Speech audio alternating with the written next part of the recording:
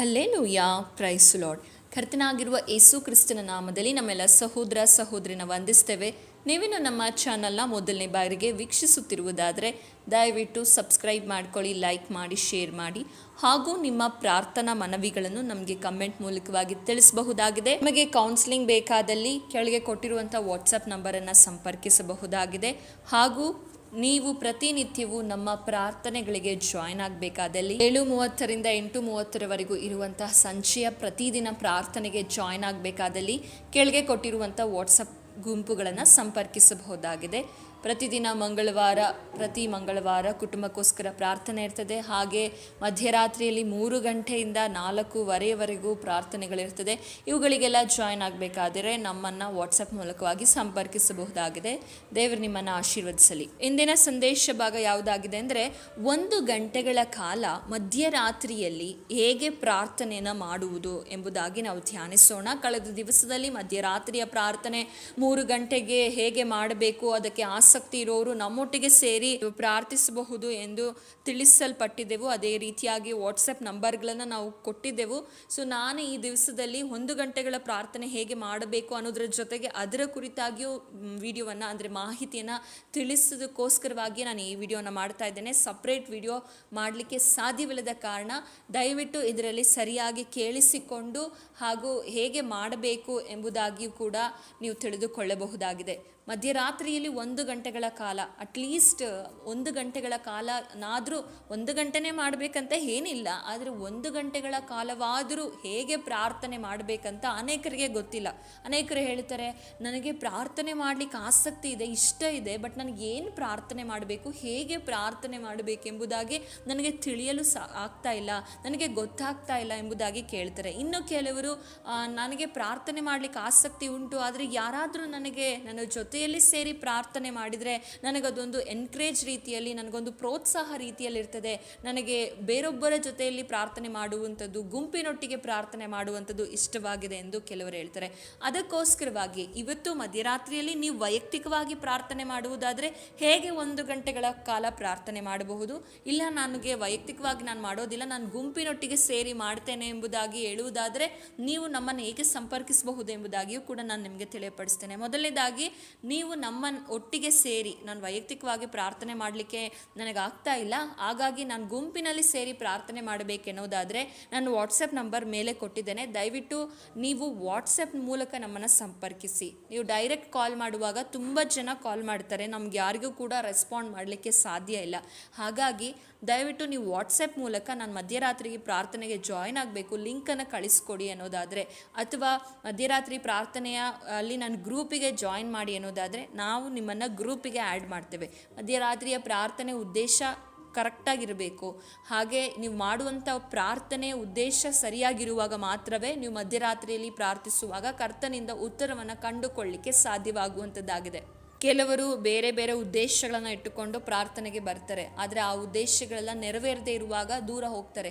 ನಾವು ಪ್ರಾರ್ಥನೆ ಮಾಡುವಂಥದ್ದು ಮಧ್ಯರಾತ್ರಿಯಲ್ಲಿ ಯಾಕೆ ಪ್ರಾರ್ಥನೆ ಮಾಡುವಂಥದ್ದಂದರೆ, ನಾವು ಆತ್ಮಿಕವಾಗಿ ಬಲ ಹೊಂದಿಕೊಳ್ಳಲು, ಆತ್ಮಿಕವಾಗಿ ಸದೃಢವಾಗಿ ಬೆಳೆಯಲು, ಹಾಗೆ ಆತ್ಮಿಕವಾಗಿ ನಾವು ದೇವರೊಟ್ಟಿಗೆ ಹೆಚ್ಚು ಸಂಬಂಧ ಇಟ್ಟುಕೊಳ್ಳಲು, ನಮ್ಮ ಆತ್ಮಿಕ ಮನುಷ್ಯನನ್ನು ಗಟ್ಟಿಗೊಳಿಸಲಿಕ್ಕೋಸ್ಕರ ನಾವು ಪ್ರಾರ್ಥನೆ ಮಾಡುವಂಥದ್ದಾಗಿದೆ. ಯಾಕೆಂದರೆ ಮಧ್ಯರಾತ್ರಿಗಳಲ್ಲಿ ದೇವರು ನಾವು ಪ್ರಾರ್ಥಿಸುವಾಗ ಆ ಸಮಯದಲ್ಲಿ ಉತ್ತರ ನೀಡುವ ಆತನಾಗಿದ್ದಾನೆ.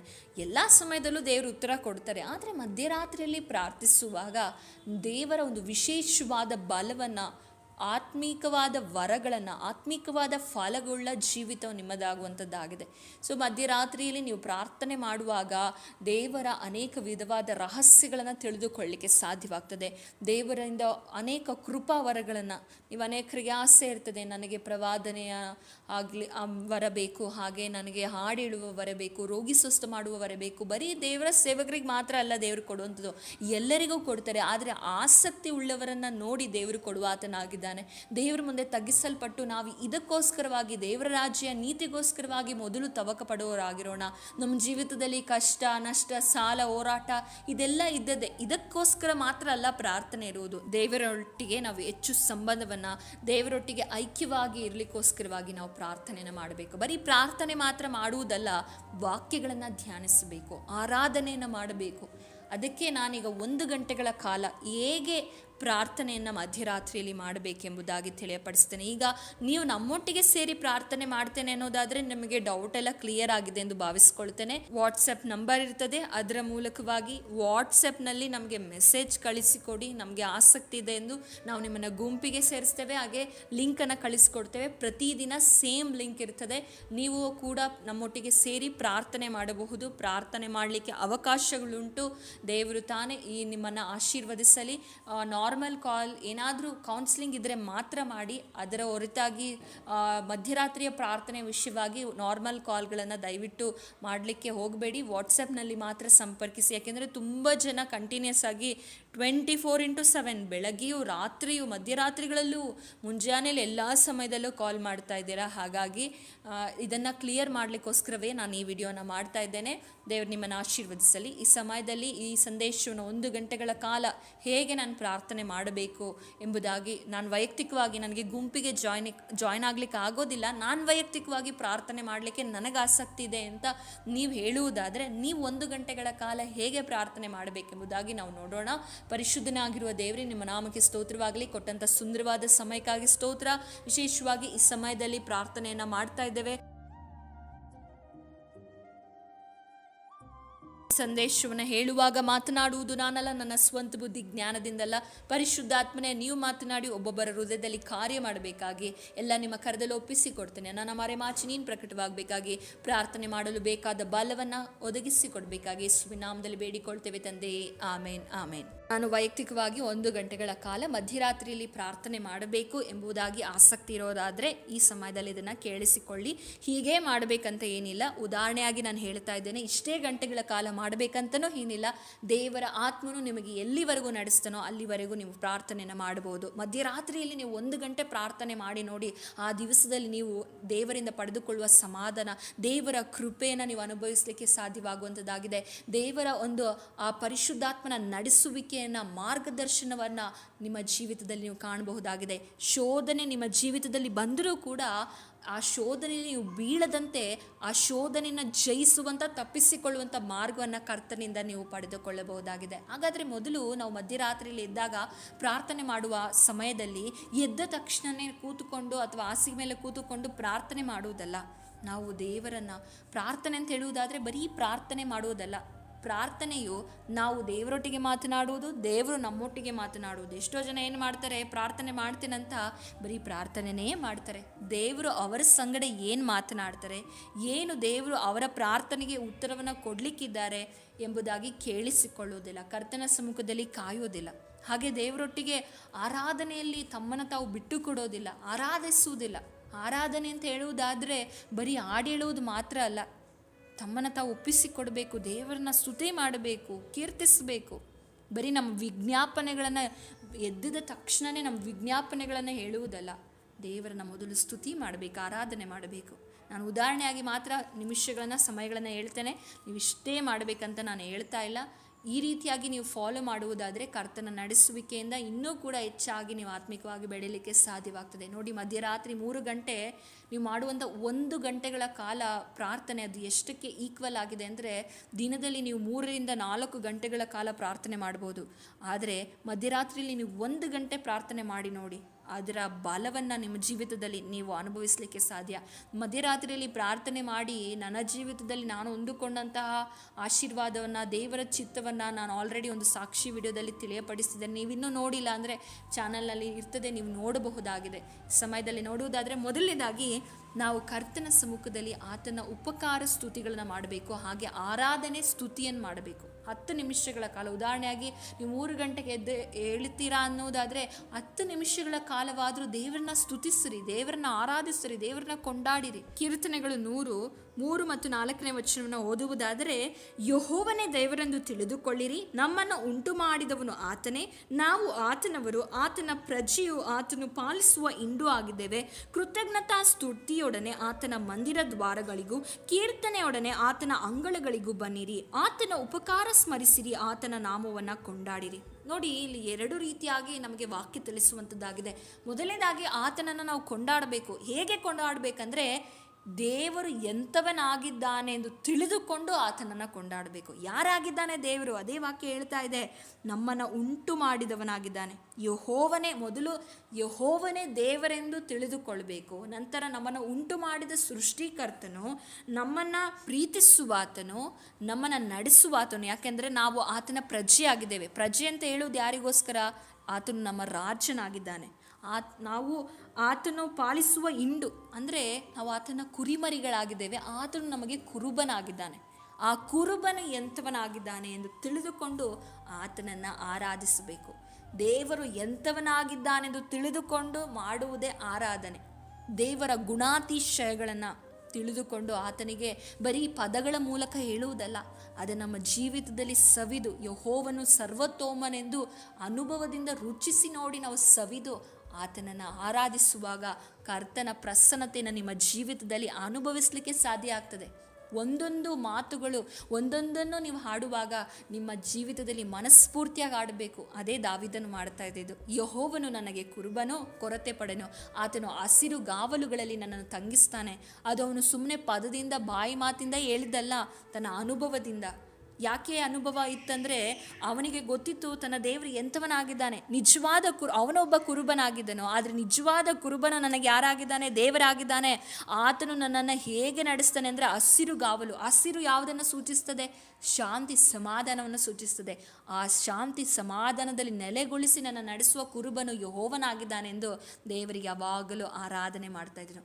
ದಾವೀದನು ಯಾವಾಗಲೂ ಆರಾಧನೆ ಮಾಡ್ತಾ ಇದ್ದನು. ಹೇಗೆ ಅಂದರೆ ದೇವರು ಎಂಥವನಾಗಿದ್ದಾನೆಂದು ತಿಳಿದುಕೊಂಡು ದೇವರನ್ನು ಆರಾಧಿಸ್ತಾ ಇದ್ದನು. ಎರಡನೇದಾಗಿ ನೋಡುವುದಾದರೆ ಕೃತಜ್ಞತಾ ಸ್ತುತಿ. ಮೊದಲನೇದಾಗಿ ದೇವರು ಎಂಥವನಾಗಿದ್ದಾನೆ ಎಂದು ಹೇಳಿ ಆತನನ್ನು ನಾವು ಆರಾಧಿಸಬೇಕು. ಎರಡನೇದಾಗಿ ಕೃತಜ್ಞತಾ ಸ್ತುತಿ ಮಾಡಬೇಕು. ಆತನು ನಮ್ಮ ಜೀವಿತದಲ್ಲಿ ಮಾಡಿರುವಂಥ ಎಲ್ಲ ಕಾರ್ಯಗಳನ್ನು ನೆನೆಸಿ ದೇವರಿಗೆ ನಾವು ಕೃತಜ್ಞತೆ, ಥ್ಯಾಂಕ್ಸ್ ಗಿವಿಂಗನ್ನು ಕೊಡಬೇಕು. ಅದು ಒಂದು 10 ನಿಮಿಷಗಳ ಕಾಲ ನಿಮ್ಮ ಜೀವಿತದಲ್ಲಿ ಮನಸ್ಫೂರ್ತಿಯಾಗಿ, ಸುಮ್ಮನೆ ಬಾಯಿ ಮಾತಿನಲ್ಲಿ ಹೇಳೋದಲ್ಲ, ಎಲ್ಲ ಮನಸ್ಸಿನಿಂದ ಬರಬೇಕು. ನಮ್ಮ ಜೀವಿತದಲ್ಲಿ ನೆನೆಸಿ ನೋಡಬೇಕು. ಒಂದು ಹಾಡಿದೆ, ನೆನೆಸಿ ನೋಡುವೆ ನಾನು ಕಳೆದು ಬಂದಂತಹ ಆ ದಿನಗಳನ್ನು, ಆ ಸಮಯಗಳನ್ನು ದೇವರ ಮುಂದೆ ನೆನೆಸಿ, ದೇವರೇ ನೀನು ನನ್ನ ಜೊತೆಯಲ್ಲಿ ಆ ದಿನದಲ್ಲಿ ಇಲ್ಲದೇ ಇದ್ದಿದ್ರೆ ನಾನಿವತ್ತು ಇರ್ತಾ ಇರಲಿಲ್ಲ. ಎಲ್ಲದಕ್ಕಿಂತ ಹೆಚ್ಚಾಗಿ ಆತನು ನಮಗಾಗಿ ಪ್ರಾಣ ಕೊಟ್ಟಿದ್ದಾನೆ ಎಂದು ಆತನಿಗೆ ಯಾವಾಗಲೂ ಕೃತಜ್ಞತೆಯ ಸ್ತುತಿಯನ್ನು ಸಲ್ಲಿಸೋರಾಗಬೇಕು. ಕೃತಜ್ಞತಾ ಸ್ತುತಿಯೊಡನೆ ಆತನ ದ್ವಾರಗಳಿಗೆ ಬನ್ನಿರಿ. ನೀವು ನೆನೆಸ್ಕೊಳ್ಬೇಡಿ, ಈ ವಾಕ್ಯ ಬರೀ ದೇವರ ಆಲಯಕ್ಕೆ ಅಂದರೆ ಚರ್ಚಿಗೆ ಬರೋದಕ್ಕೆ ಮಾತ್ರ ಅಂತಲ್ಲ. ಎಲ್ಲೆಲ್ಲಿ ಹೋಗಿ ನೀವು ಆತನ ಮುಂದೆ ಅಡ್ಡ ಬೀಳ್ತಿರೋ, ಎಲ್ಲೆಲ್ಲಿ ನೀವು ಆತನ ಮುಂದೆ ಪ್ರಾರ್ಥನೆ ಮಾಡ್ತಿರೋ, ಆ ಎಲ್ಲ ಸ್ಥಳದಲ್ಲೂ ಆತನು ನಿಮ್ಮ ಮಧ್ಯದಲ್ಲಿ ಇಳಿದು ಬರುವ ಆತನಾಗಿದ್ದಾನೆ. ಆತನ ಸಾನ್ನಿಧ್ಯವನ್ನು, ಆತನ ಕೃಪೆಯನ್ನು ನೀವು ಅನುಭವಿಸಲಿಕ್ಕೆ ಸಾಧ್ಯ ಆಗ್ತದೆ. ಹಾಗೆ ಕೀರ್ತನೆಗಳೊಡನೆ ಆತನ ಅಂಗಳಗಳಿಗೆ ಬರಬೇಕು. ಕೀರ್ತನೆಗಳೊಡನೆ ನಾವು ದೇವರನ್ನು ಸ್ತುತಿಸೋರಾಗಬೇಕು. ಆತನು ನಮ್ಮ ಜೀವಿತದಲ್ಲಿ ಮಾಡಿದ ಎಲ್ಲ ಉಪಕಾರಗಳನ್ನು ನೆನೆಸಿ ಸ್ತುತಿ ಮಾಡಬೇಕು. ಮೊದಲನೇದಾಗಿ ದೇವರು ಎಂಥವನಾಗಿದ್ದಾನೆ ಎಂದು ತಿಳಿದುಕೊಂಡು ಆತನನ್ನು ಆರಾಧಿಸಬೇಕು, ಕೊಂಡಾಡಬೇಕು. ಎರಡನೇದಾಗಿ ನಮ್ಮ ಜೀವಿತದಲ್ಲಿ ದೇವರು ಮಾಡಿದ ಎಲ್ಲ ವಿಷಯಗಳನ್ನು ನೆನೆಸಿ ಕೃತಜ್ಞತೆಯನ್ನು ಸಲ್ಲಿಸಬೇಕು, ಥ್ಯಾಂಕ್ಸ್ ಗಿವಿಂಗ್. ಮೂರನೇದಾಗಿ ನಮ್ಮ ಜೀವಿತದಲ್ಲಿ ಮಾಡಿದಂಥ ಉಪಕಾರಗಳನ್ನು ನೆನೆಸಿ ಆತನಿಗೆ ಸ್ತೋತ್ರವನ್ನು ಸಲ್ಲಿಸಬೇಕು, ಆತನನ್ನು ಕೊಂಡಾಡುವವರಾಗಬೇಕು.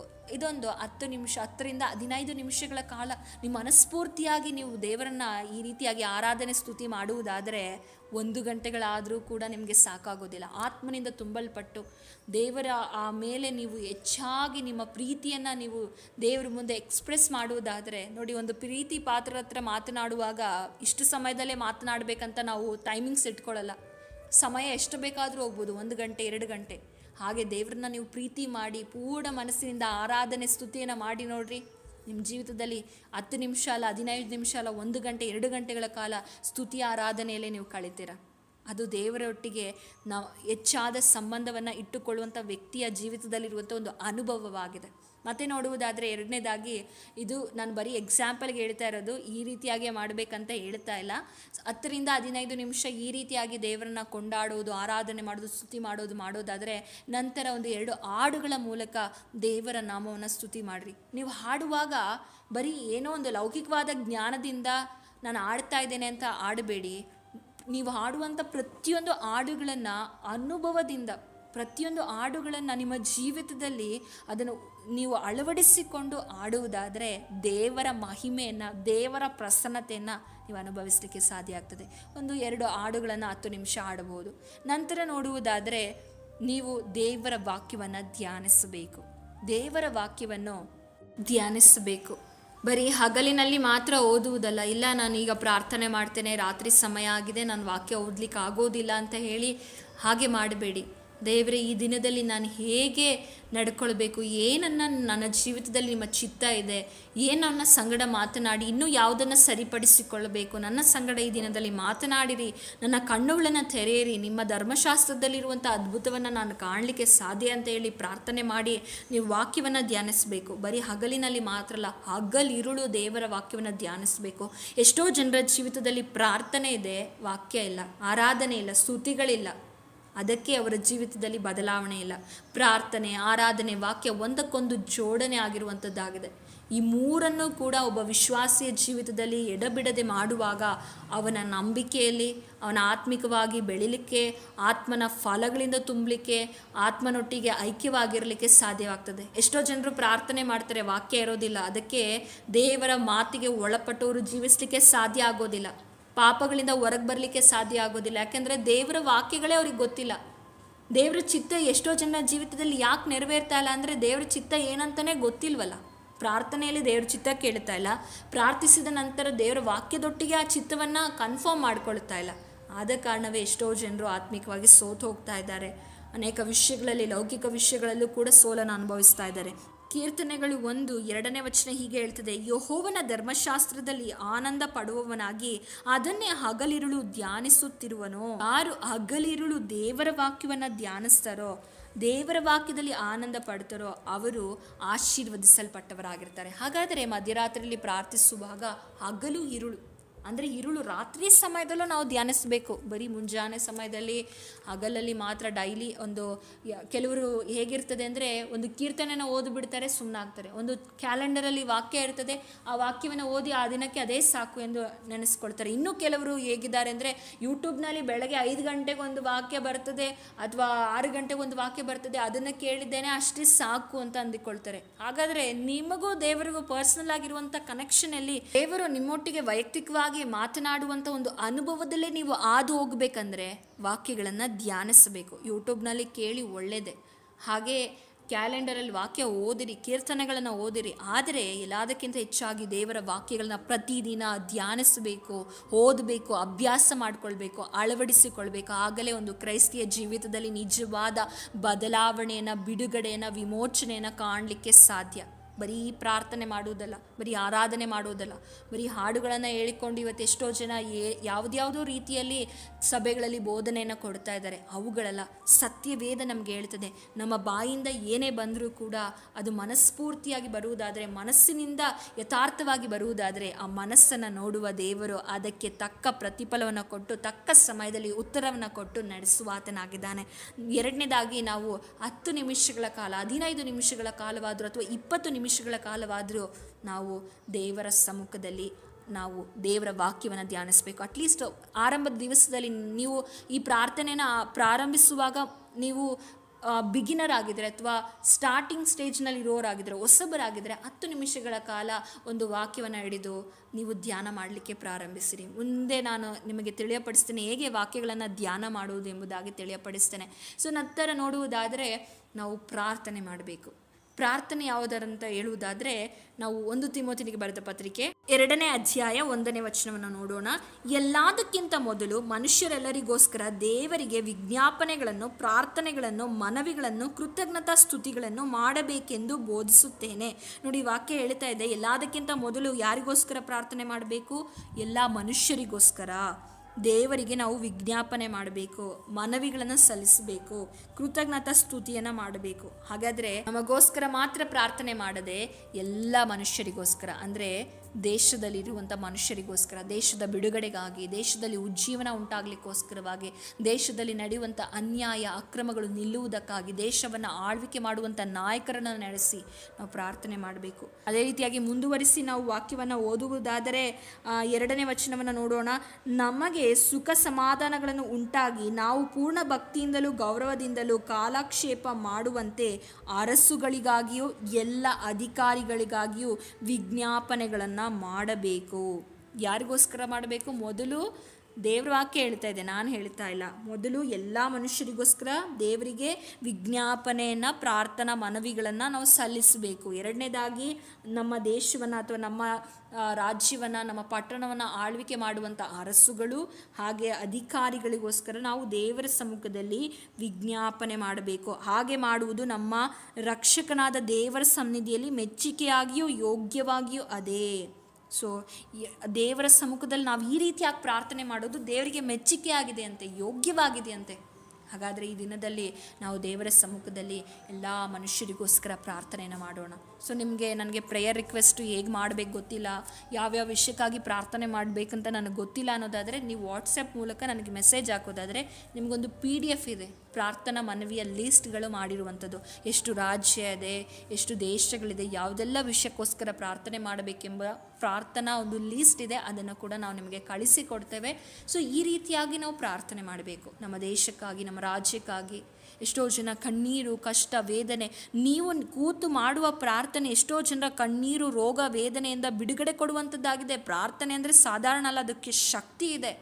ನೀವು ಪ್ರಾರ್ಥನೆ ಮಾಡಿರಿ. ನಿಮ್ಮ ಅಧಿಕಾರಿಗಳಿಗೋಸ್ಕರ ಯಾರಿಗೂ ಒಂದು ಕೇಡಾಗಬೇಕಾಗಿರ್ತದೆ, ಆ ಸಮಯದಲ್ಲಿ ನೀವು ಪ್ರಾರ್ಥನೆ ಮಾಡುವಾಗ ಆ ಕೇಡಿನಿಂದ ಅವರು ತಪ್ಪಿಸಿಕೊಳ್ತಾರೆ.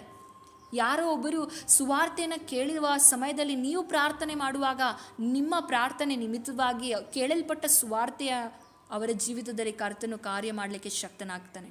ಇದಕ್ಕೆ ದೇವರ ವಾಕ್ಯ ಹೇಳುತ್ತದೆ. ಹೆಜ್ಕೇಲನ ಪ್ರವಾದನೆ ಗ್ರಂಥ 22ನೇ ಅಧ್ಯಾಯ 30-31ನೇ ವಚನ ಓದಿಕೊಳ್ಳುವುದಾದರೆ, ನಾನು ದೇಶವನ್ನು ಹಾಳು ಮಾಡದಂತೆ ನನ್ನೆದುರಿಗೆ ದೇಶ ರಕ್ಷಣೆಗಾಗಿ ಪೌಳಿಯ ಒಡಕಿನಲ್ಲಿ ನಿಲ್ಲುವುದಕ್ಕೂ ಗೋಡೆಯನ್ನು ಗಟ್ಟಿ ಮಾಡುವುದಕ್ಕೂ ತಕ್ಕವನನ್ನು ನಾನು ಹುಡುಕಲು ಯಾರೂ ಸಿಕ್ಕಲಿಲ್ಲ. ನೋಡಿ, ತಕ್ಕವನನ್ನು ದೇವರು ಹುಡುಕ್ತಾ ಇದ್ದಾರೆ. ಯಾವುದಕ್ಕೋಸ್ಕರ? ಮಧ್ಯಸ್ಥಿಕೆ ವಹಿಸಿ ದೇಶಕ್ಕಾಗಿ, ಜನರಿಗಾಗಿ, ಅಳಿದು ಹೋಗ್ತಾ ಇರುವಂಥ ಆತ್ಮಗಳಿಗೋಸ್ಕರವಾಗಿ ಪ್ರಾರ್ಥನೆ ಮಾಡಬೇಕು.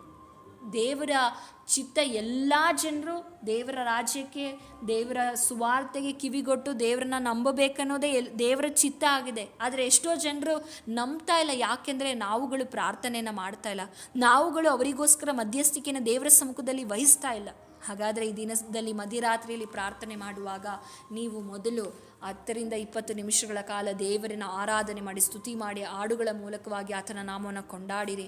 ಹಾಗೆ 15 ನಿಮಿಷಗಳ ಕಾಲ ದೇವರ ವಾಕ್ಯವನ್ನು ಧ್ಯಾನಿಸಿರಿ. ಇನ್ನು ಮಿಕ್ಕಿದ ಸಮಯದಲ್ಲಿ ಎಲ್ಲ ಮನುಷ್ಯರಿಗೋಸ್ಕರ, ದೇಶಕ್ಕೋಸ್ಕರ, ಅಧಿಕಾರಿಗಳಿಗೋಸ್ಕರ, ಕಷ್ಟ, ಕಣ್ಣೀರು, ವೇದನೆಯಲ್ಲಿರುವಂಥವ್ರಿಗೋಸ್ಕರ ಪ್ರಾರ್ಥನೆ ಮಾಡಬೇಕಾಗಿ ಕೇಳ್ಕೊಳ್ತೇನೆ. ನಂತರ ಮತ್ತೆ ನಿಮ್ಮ ವೈಯಕ್ತಿಕ ವಿಚಾರಗಳನ್ನು, ನಿಮ್ಮ ಕುಟುಂಬದ ವಿಚಾರಗಳನ್ನು ನೆನೆಸಿ ಒಂದು 20 ನಿಮಿಷ 10 ನಿಮಿಷ ದೇವರ ಸಮ್ಮುಖದಲ್ಲಿ ಪ್ರಾರ್ಥನೆ ಮಾಡಿ. ನಿಮಗೆ ಸಮಯ ಇದೇ ತೆಗೆದುಕೊಳ್ಬೇಕಂತ ಹೇಳ್ತಾ ಇಲ್ಲ. ದೇವರ ನಡೆಸುವಿಕೆಯ ಆಧಾರದ ಮೇಲೆ ನೀವು ಈ ರೀತಿಯಾಗಿ ನೀವು ಕರ್ತನ ಸಮ್ಮುಖದಲ್ಲಿ ಮಾಡುವಾಗ ದೇವರಿಂದ ನೀವು ಉತ್ತರ ಕಂಡುಕೊಳ್ಳಿಕ್ಕೆ ಸಾಧ್ಯವಾಗ್ತದೆ. ಆರಾಧನೆ, ಪ್ರಾರ್ಥನೆ, ವಾಕ್ಯ ಎಲ್ಲವೂ, ಸ್ತೋತ್ರ, ಸ್ತುತಿ ಎಲ್ಲವೂ ಕೂಡ ಮನಸ್ಫೂರ್ತಿಯಾಗಿ ಮಾಡಿರಿ. ಯಥಾರ್ಥ ಹೃದಯವಾಗಿ, ನಿರ್ಮಲ ಹೃದಯವಾಗಿ ಮಾಡುವಾಗ ನಿಮ್ಮ ಹೃದಯವನ್ನು ನೋಡುವ ದೇವರು ನಿಮಗೆ ಉತ್ತರ ಕೊಡುವ ಆತನಾಗಿದ್ದಾನೆ. ಈ ವಾಕ್ಯದ ಮೂಲಕ ದೇವರು ನಿಮ್ಮನ್ನು ಆಶೀರ್ವದಿಸಲಿ. ಈ ವಾಕ್ಯಗಳು ನಿಮ್ಮ ಸಂಗಡ ಮಾತನಾಡಿದೆ, ಅರ್ಥವಾಗಿದೆ ಎಂದು ಭಾವಿಸ್ತೇನೆ. ವಾಟ್ಸಪ್ ನಂಬರ್ಗೆ ನೀವು ಕಾಂಟ್ಯಾಕ್ಟ್ ಮಾಡ್ಬೋದು. ದಯವಿಟ್ಟು ಕಾಲ್ಗಳನ್ನು ಕೌನ್ಸಿಲಿಂಗ್ ಇದ್ದರೆ ಮಾತ್ರ ಮಾಡಿ, ಇಲ್ಲವಾದರೆ ರಾತ್ರಿ ಪ್ರಾರ್ಥನೆಯ ಅಂದರೆ ಮಧ್ಯರಾತ್ರಿ ಪ್ರಾರ್ಥನೆಯ ವಿಷಯವಾಗಿ ವಾಟ್ಸಪ್ ಮೂಲಕ ಪ್ರೇಯರ್ ಲೀಸ್ಟ್ ಆಗಿರ್ಬೋದು, ಅಥವಾ ನಿಮಗೆ ನಮ್ಮ ಗುಂಪಿನೊಟ್ಟಿಗೆ ಸೇರಿ ಪ್ರಾರ್ಥನೆ ಮಾಡಬೇಕಂದ್ರೆ ನಮ್ಮನ್ನು ಸಂಪರ್ಕಿಸ್ಬೋದು. ದೇವರು ನಿಮ್ಮನ್ನು ಆಶೀರ್ವದಿಸಲಿ. ಈ ಸಮಯದಲ್ಲಿ ಪ್ರಾರ್ಥಿಸೋಣ. ಪರಿಶುದ್ಧನಾಗಿರುವ ದೇವರೇ, ನಿಮ್ಮ ನಾಮಕ್ಕೆ ಸ್ತುತಿ ಸ್ತೋತ್ರ ಉಂಟಾಗಲಿ. ಕೊಟ್ಟಂಥ ಸುಂದರವಾದ ಸಮಯಕ್ಕಾಗಿ ನಾವು ಸ್ತೋತ್ರವನ್ನು ಸಲ್ಲಿಸೋರಾಗಿದ್ದೇವೆ. ವಾಕ್ಯದ ಮೂಲಕ ನಮ್ಮ ಸಂಗಡ ಮಾತನಾಡಿದಿರ. ಈ ಸಮಯದಲ್ಲಿ ಯಾರೆಲ್ಲ ಮಧ್ಯರಾತ್ರಿಯಲ್ಲಿ ಪ್ರಾರ್ಥನೆ ಮಾಡಬೇಕು ವೈಯಕ್ತಿಕವಾಗಿ ಎಂದು ತೀರ್ಮಾನ ತೆಗೆದುಕೊಳ್ತಾ ಇದ್ದರೋ ಪ್ರಾರ್ಥನಾ ಆತ್ಮರಿಂದ ತುಂಬಿಸೋ, ಅವರಿಗೆ ಸಹಾಯ ಮಾಡಿ, ಸಮರ್ಪಣೆಯನ್ನು, ಆಸಕ್ತಿಯನ್ನು ನೋಡಿ ನೀವು ತಾನೇ ಸಹಾಯ ಮಾಡಬೇಕಾಗಿ ಕೇಳ್ಕೊಳ್ತೇವೆ.